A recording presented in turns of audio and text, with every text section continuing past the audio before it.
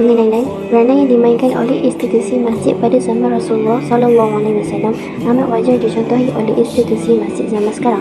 Rasulullah SAW telah meletakkan peranan tertentu bagi institusi masjid agar dapat dicontohi oleh segenap lapisan masyarakat kini.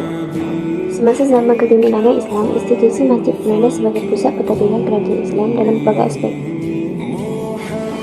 Bagi mengembalikan keyakinan orang ramai serta kegemilangan institusi masjid seperti zaman Nabi Muhammad SAW dahulu, peranan masjid dalam masyarakat Islam amat baik untuk dikaji dan diteliti supaya dapat meninggikan syiar Islam. Definisi masjid pada bahasa Arab ialah nama bagi tempat bersujud. Dari sudut syaratnya boleh ditarifkan kepada dua, iaitu dari segi bahasa bermaksud tempat permukaan bumi. Pembentukan masjid ini telah memainkan peranan sebagai pusat ibadat, pusat pengajian Islam, pusat pentadbiran negara, pusat pertahanan negara, pusat permesyuaratan dan juga pusat penyatupadukan umat Islam dalam hal-hal agama dan dunia.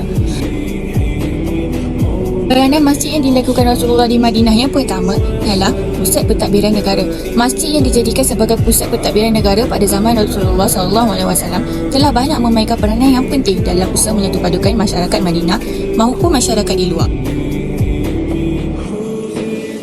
Yang kedua, dijadikan sebagai pusat pendidikan. Ini menunjukkan kepentingan masjid terhadap pendidikan yang meliputi pelbagai lapisan masyarakat, iaitu dari peringkat kanak-kanak sehinggalah kepada wacana intelektual di antara profesor dan mahaguru yang telah dilangsungkan di masjid-masjid. Ketiga adalah dijadikan sebagai markas ketenteraan. Pada kelazimannya, kelemahan dan kekuatan sesebuah negara itu terletak kepada kebijaksanaan pemimpinnya dalam mencari inisiatif tersendiri yang inovatif. Yang keempat, masjid berperanan sebagai dewan mesyuarat. Jelas bahawa syura atau mesyuarat itu menjadi tunjang yang sangat penting dalam pembangunan masyarakat dan negara Islam. Inilah dasar politik pemerintahan dan pemimpin negara. Masyarakat dalam keadaan perang dan damai atau ketika terancam daripada perkara yang berbahaya. Dan yang kelima, peranan masjid adalah sebagai pusat kehakiman dan perpaduan ummah. Konsep keadilan dan persamaan dalam Islam merupakan kunci utama untuk menuju ke arah pencapaian perpaduan dan kesejahteraan hidup di kalangan masyarakat di Madinah. Transformasi masjid yang perlu dilakukan bagi membentuk sebuah masyarakat Islam yang mampan dan hebat.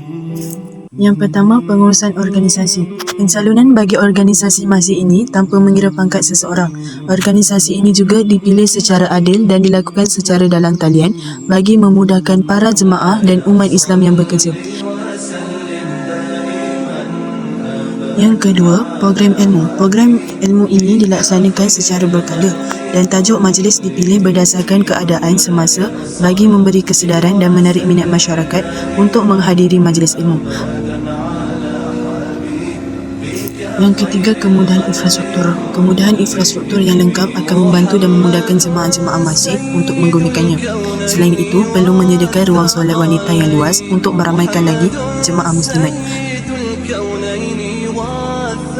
Yang keempat, aktiviti dengan masyarakat. Aktiviti yang boleh dianjurkan oleh pihak masjid adalah sukan nikah bersama masyarakat luar bagi mengeratkan silaturahim antara masyarakat yang lain.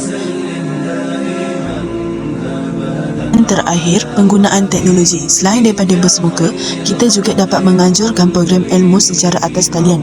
Dengan adanya teknologi pada zaman kini, kita dapat menyebarkan ilmu agama melalui media sosial seperti membuat kuliah secara langsung di aplikasi Facebook Masjid. Masjid merupakan institusi memainkan peranan secara menyeluruh dalam masyarakat sebagai pusat ibadah, pusat penyebaran ilmu dan maklumat, pusat pentadbiran, pusat pembangunan sosioekonomi serta aktiviti yang melibatkan komuniti dan masyarakat.